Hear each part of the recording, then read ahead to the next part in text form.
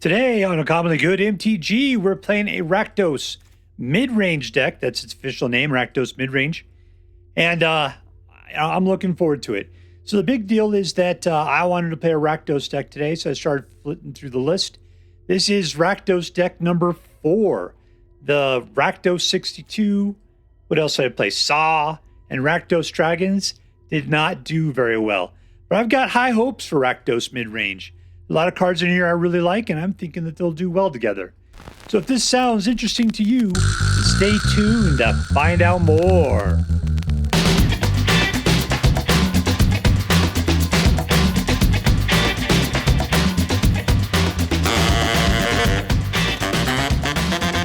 Hello and welcome to Uncommonly Good MTG. I'm your host. And remember, I may be a doctor, but I'm not that kind of doctor. So please stop sending me pictures of your infected junk. Doctor, you can't suck it. Yes, thank you. Film before a live studio audience. Thank you so much. You can't suck it. Word to your mama. So I'm broadcasting to you today from my secret underground headquarters. And I'm bringing to you a deck I found over on the Aether Hub. Posted by the weirdest spelling of Achilles I've ever seen. ACCILLEE or ESS. Lots of doubles in there. And what's it called? Literally, he named it Rakdos Midrange. Rakdos Midrange. Let me just make sure. Did he copy this deck? Nope. Doesn't say he copied it from anybody else. I copied it from him. Anyway, so I was in the mood for playing Rakdos, which usually means Urabrask, Forge, and Sheoldred the Apocalypse. And I found this one, and so here we are. Here we are. Actually, I tried playing 3 other decks. I saw stuff with, I saw other decks. I can say, who's the name of that guy that has Indestructible on it? Whenever it takes damage, you do that much time to an opponent. Yeah, that guy, he's pretty kick-ass. I haven't played with him such a long time. I was playing with one of those decks. The thing is, nothing was really coming out well together. They were slow. They were ineffective. They couldn't pull off their own tricks. This one has done very well, so I'm thinking we got things going for it. All right, so what we're going to do is we're going to take a look at the cards in this deck. We'll talk a little bit how it should work, and we're going to go out and we're going to crush some hopes and dreams. What do we got? We got Creature Kill, Creature Kill, Creature Kill, Creature Kill, lots of Creature Kill, more Creature Kill. You notice there's a pattern there, right? But you got here lots of Creature Kills or Artifact Kills. Not bad. Then we got to... Unstoppable Slasher, which takes away half their life. Liliana, who can force them to discard or sacrifice a creature. Guy puts out a guy that's 1 point bigger every turn and has trample. Sheoldred punishes them for drawing cards, gives you life for drawing cards. Alcatraz, what does this do? Whenever it attacks, each opponent discards a card. For each opponent who can't, you draw a card, and when an opponent discards a land card, you create a bat. All right, there you go. Overlord will make you mill 4, but then you return a non-avatar creature card or planeswalker from your graveyard to your hand. So this helps you find this cool stuff you're looking for. Only costs you 2 to put it out. Liliana the Dreadhorde. Whenever a creature you controls dies, which with Urabrask Forge is every single turn, you draw a card. So there you go. You got some card draw going on. She creates a 2/2 black zombie token, -4 to each. Player sacrifices 2 creatures of their choice. -9, each opponent chooses a permanent they control of each permanent type and sacrifices the rest. In other decks, you might be able to do her Super Saiyan ability. In this one, that's probably not going to come around. But her card draw is what's really going to help you out. And that's not even one of her abilities. Veertje gives you 2 life and -3 to some creature. And then later on, for 7, you can grab a creature out of any graveyard and put it into the battlefield under your control during your upkeep. We got some man lands. Other than that, we got a bunch of dual lands and some regular lands at that. All right, so what are we going to do? We're going to control the early board. Then we're going to start throwing out some dudes and coming at them with things that they can't handle. Eventually, we start getting our big boys out. And the normal grind of this deck is usually more than what people can handle. All right, so that's it. Let's get out and do some damage now. Before we do, let's say our prayers and talk about what is best in life. Hands together. Dear Black Queen Sheoldred, who dwells within the dark chambers of my heart, please hear my prayers and grant your blessings as we attempt to crush our enemies, see them driven before us, and to hear lamentations of the women. We're playing against Dadcame.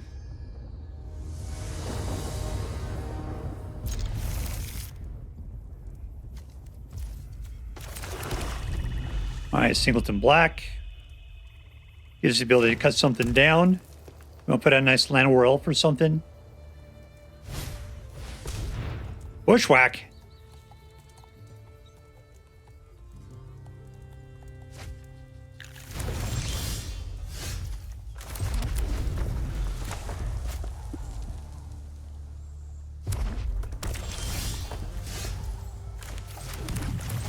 This is one of the most disappointing things you can see, Urabrask Forge. Unless you got an enchant or artifact kill in your hand.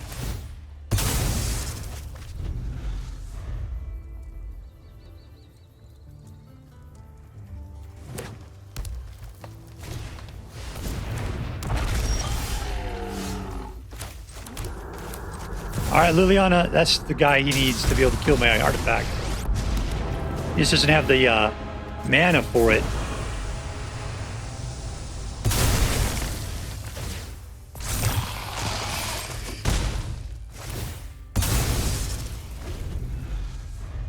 Got a lot of cards in his hand.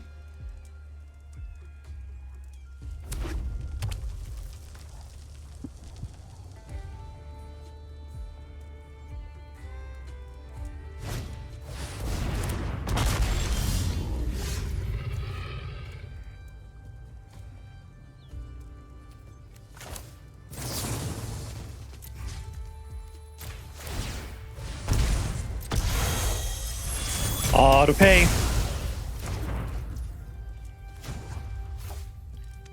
Let's just do it one more time. We're fine. We'll get rid of cut down. That's a turn in my hand usually. And that leaves Liliana open to actually start killing something.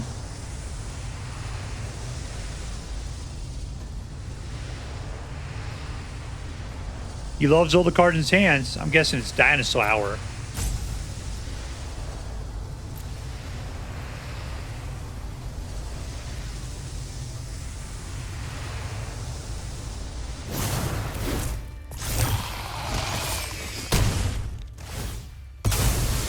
Alright, so we can kill whatever he puts out next using Liliana.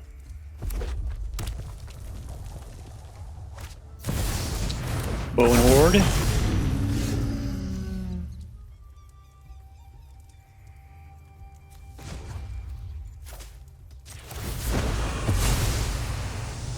I want to get Sheoldred out there.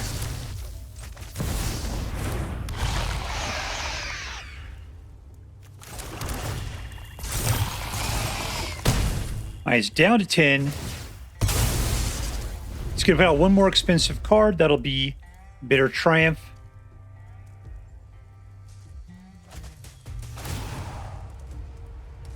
Sheoldred's helping to do her part.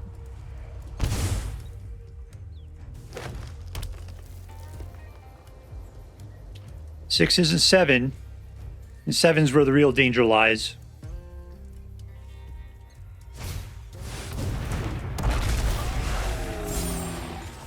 That was probably the best thing you could do.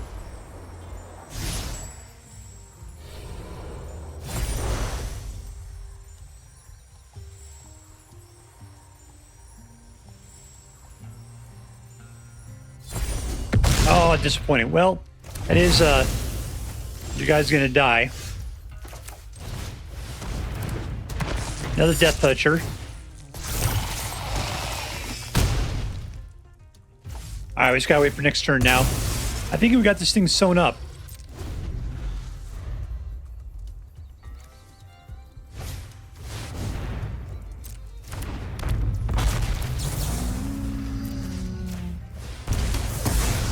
And that's it. Good game. And we win. Victory.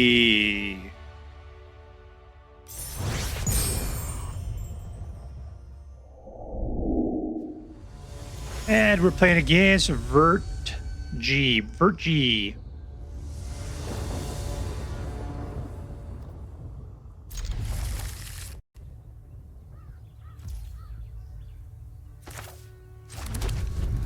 All right, kill, kill, kill.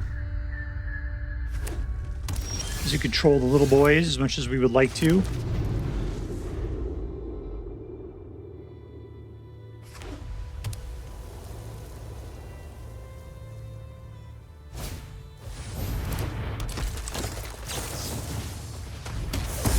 Just slap that guy away with 1 mana.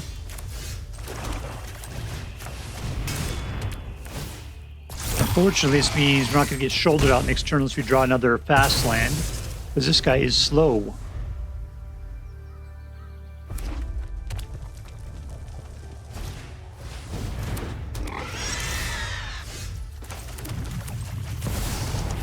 Alright, you going to break your piggy bank open to block this guy?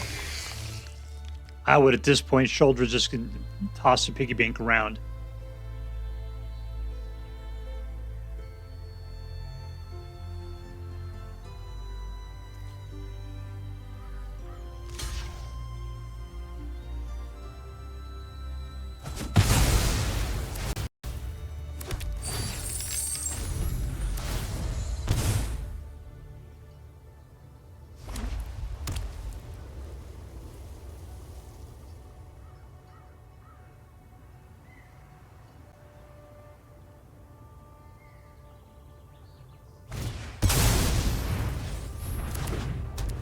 Sarah Redeemer. Permanent, let's see. Bargain, sacrifice an artifact. I'm not going to do that.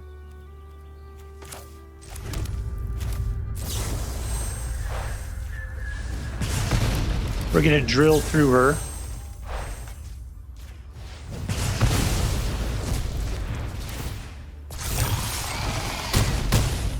That's a weird mix, having Sarah Redeemer in the same thing as Piggy Bank.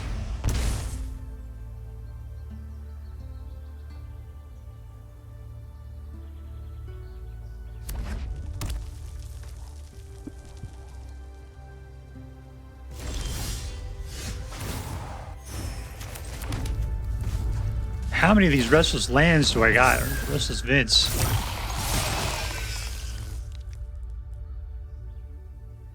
You can try to kill something.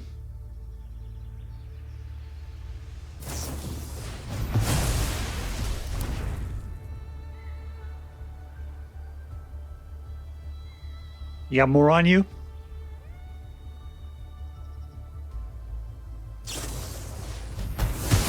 Yeah, it's just a temporary patch, man.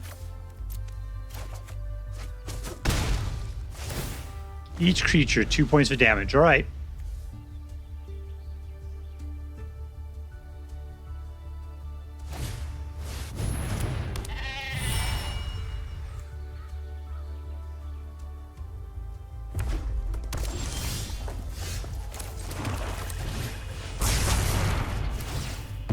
Gone.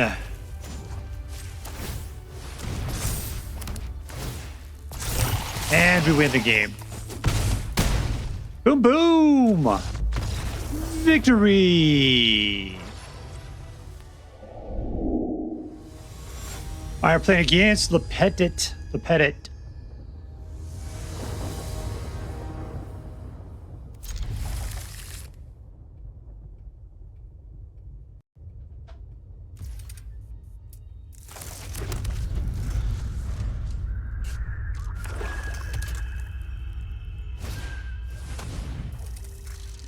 Who are we going to drop here? No, with Affliction. That's who we're going to drop.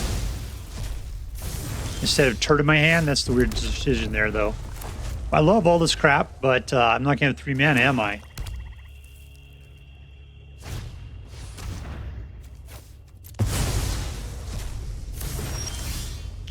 Third mana, Urabrask Forge. All right, clock's ticking.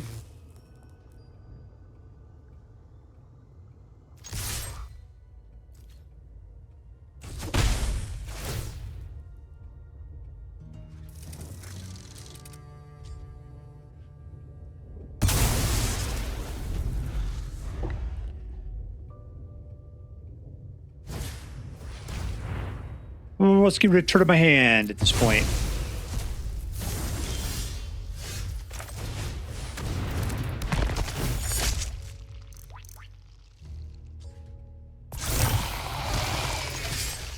All right, the Forgelings are starting to get beefy.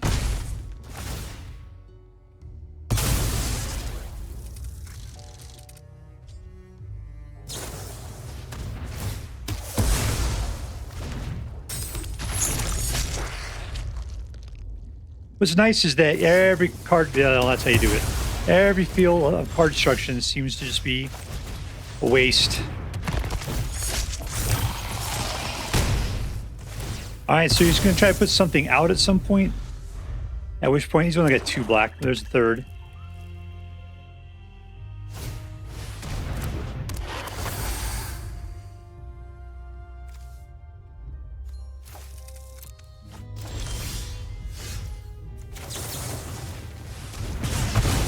All right, we raged it. Down to 4.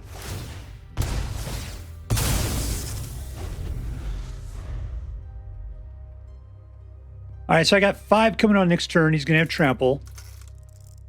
I can't activate my man land yet.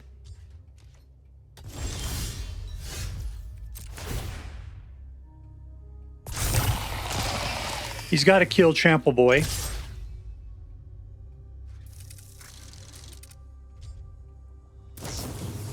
If you do that, then he can get down to just 1 life. And we win! Victory! I play against him, Durilla 23.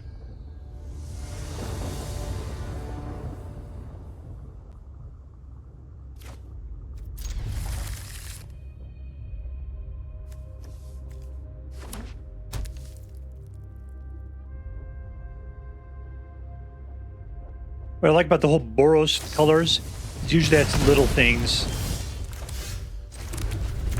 Little things means Pyroclasm is going to do a fantastic job.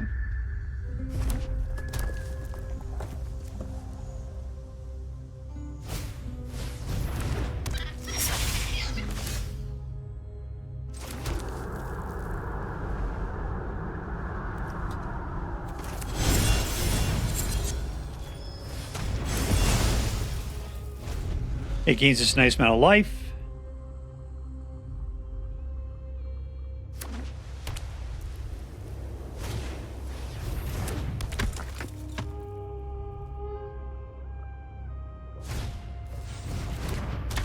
Little things.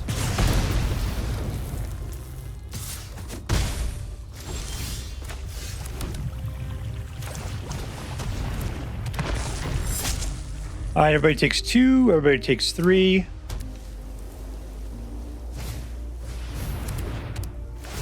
All right, you're making me kill everything now.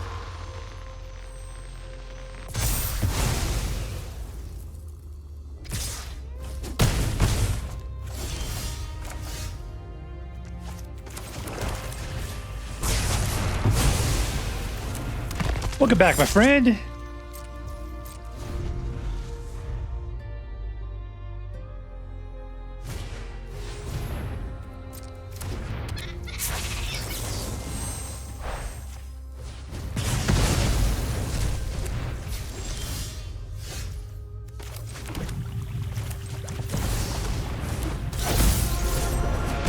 All right, 23 quickly becomes 10. Unstoppable Slasher does a good job of slashing in an unstoppable kind of way. Victory! And we're playing against Ronald.rodrigs.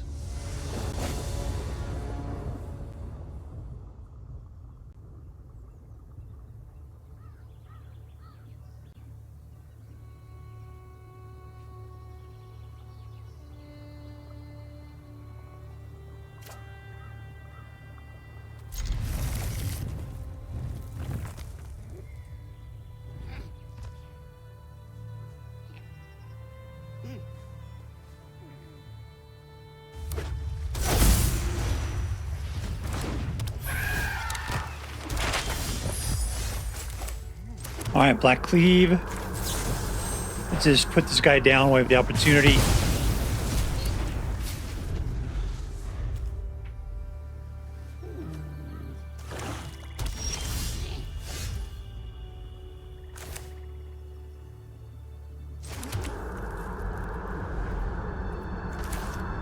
Let's start the clock.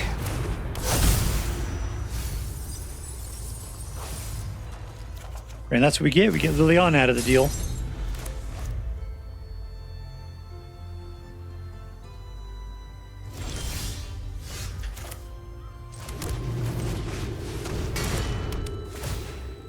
Tick tock.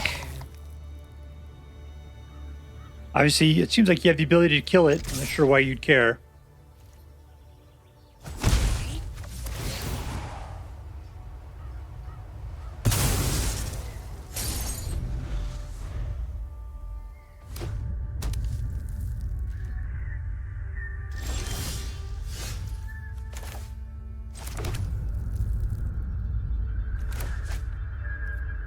I can start Fortius and discards, but there's too many things I'd have to discard, and I don't particularly care for that.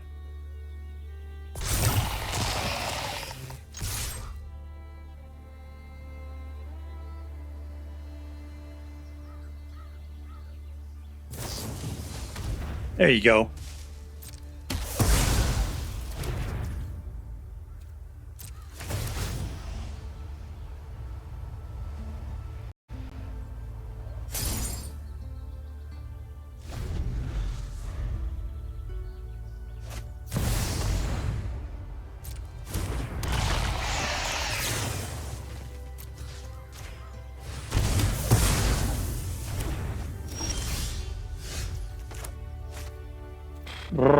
Nothing.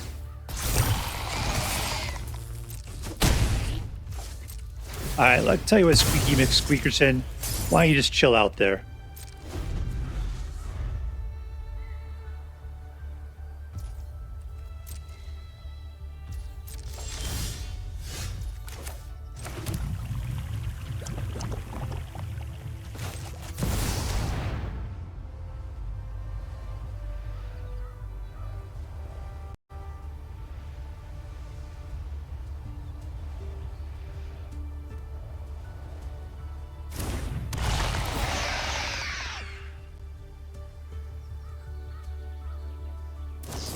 That's who he wants to kill.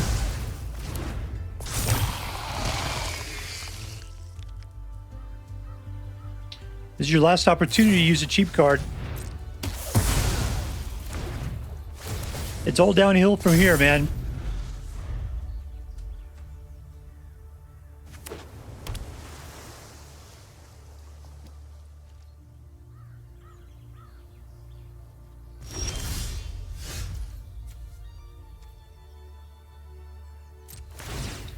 I'm gonna leave my mana options open.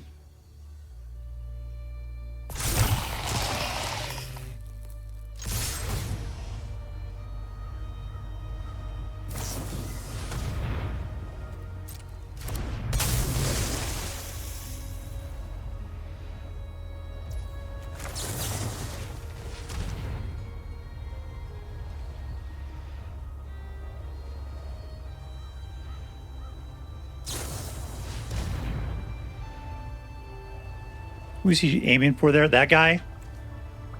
Yeah, I don't have anything to protect it. That's fine.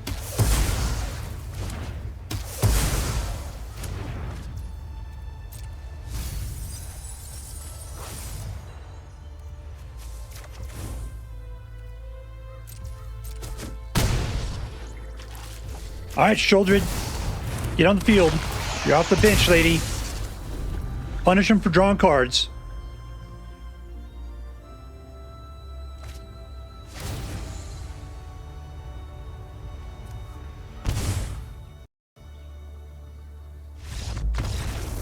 And we win! In your face, Duffy Moon. In your face. I played against sauvignonfierce. Keep.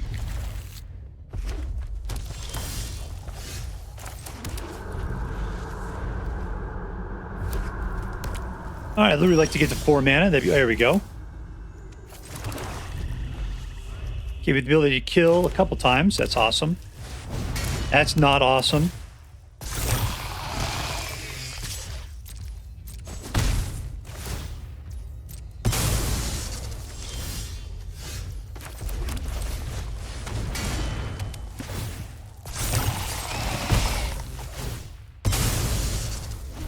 All right, well, Sheoldred.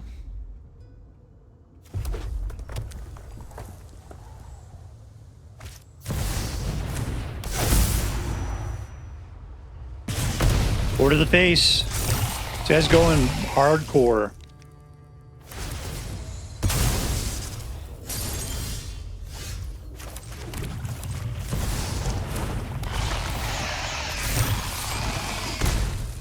So I can protect myself another 2 more turns with Sheoldred.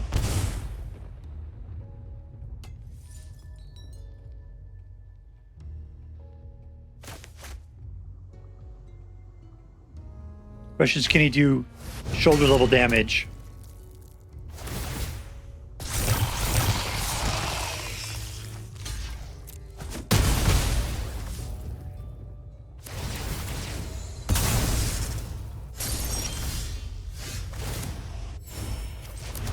Nicely done. Oops. Well, I guess I'll just have to kill his guys when he puts them out.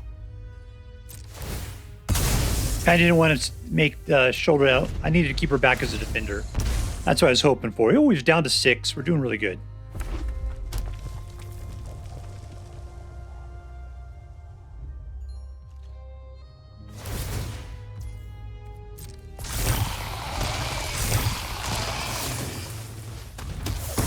There we go. That'll keep the numbers down. And we win! In your face, Mr. Magoo. In your face. And here we are with Rakdos Midrange. It was a really good deck. It was really good. You know, I was maybe a little bored with it because, you know, it's just good Rakdos cards. And I'm trying to see why I picked this one specifically. I went through a bunch of Rakdos decks. That was the problem. And they all sucked it. They all sucked. You know, they couldn't hold it together. They seemed like they should be good. What was the big thing about this deck that really held it together? I think was the control, the early game control. Torch the Tower, Scorching Dragonfire, Bitter Triumph, Anoint Affliction, Liliana, Brotherhood. I mean, we just had a ton of it. Virtue of Persistence. I think that's what made this deck really come together, is all of the early game creature removal. Because you had a bunch of early ones. This only did 3, this did 2, this does up to, 5. But once a creature, with mixed toughness and power. So you got a bunch of early game stuff. Even Pyroclasm only does 2 damage to each creature. This guy will only take out stuff mana value 3 or less. You're really just hoping you can take out the early guys and leave the rest of your cards to really do the damage. It is kind of amazing because, yeah, Bitter Triumph is your big card for taking out planeswalkers or creatures, and that's it. I mean, I guess you had Liliana helping out a little bit, but it's not targeted. What could you do? So this is probably the card I didn't care for the most, was Alcatraz. He's kind of boring in my opinion. The fact that he can't be killed, he just becomes a land. Unstoppable Slasher's cool because she can't be killed. I mean, unless she's already tapped. Or has a counter on it? Yeah, if it has a counter on it at all, then you could kill it. Oof, that's rough. Never realized that she was that fragile. And of course, Liliana Dreadhorde. It's a great card, but it's really expensive to play. So it's interesting that's in here. I can understand why there's just one. Whatever, it's a decent deck. I got good numbers off of it. All right, let's get to it. Who was our MVP? Who was the most valuable player?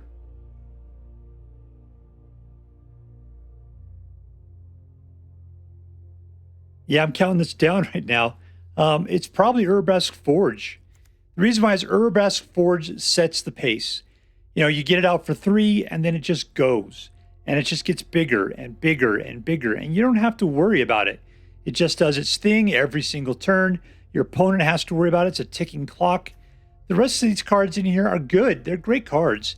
But Urabrask Forge is what keeps the game ticking. It sets the tempo, and people just can't deal with it. They have to have a disenchant to be able to get rid of the Urabrask Forge specifically. And we got 4 of them. Or they have to get out like something that has First Strike and Death Touch. So that way they can destroy it, the Forgelings, when they come every single turn. There's some very specific things. Not there isn't that out there. But, it's usually what Galissa is the big thing that Urabrask Forge has to worry about. So I'm going to say Urabrask Forge is probably the MVP, the most valuable player of this particular deck. So congratulations, Urabrask Forge. You are going to Disneyland. All right, let's get to it. Let's see, what was my win rate for this deck? 75%. That's some good numbers. 75% win rate, did pretty good over in the ranked section as well as in casual. So yeah, this is a very competitive deck. Number 2, was this deck fun? Yes. Why was this deck fun? Because they had a lot of good things going on early. I mean, it's all pretty much control early on. And then you're waiting around for turn 3 if you can slowly start funneling some stuff down. What are we going to do? Urabrask Forge, Unstoppable Slasher are usually your big dudes. Unstoppable Slasher, people got a lot of answers for it. But still, if they could just kill, she's just going to come out there and just keep coming like a Terminator. Bump, bump, bump, bump, bump. Sheoldred's fantastic. Overlord is really good, trying to find some things. Yeah, and that Overlord coming out for 2 is incredibly good. Impending for 5 turns is a long time to wait, but I'm cool with that. So all together, yeah, this was a fun deck just because there's so much to do early on, and you had good control over early game creatures. All right, lastly, was this deck interesting? No, I'm going to say this probably wasn't the most interesting deck. All these cards are cards we played before. The kind of lineup we got here is not all of that interesting. A lot of times I might skip by decks like this, but I was in the mood. It had an Overlord in it. We're playing with the Dreadhorde General.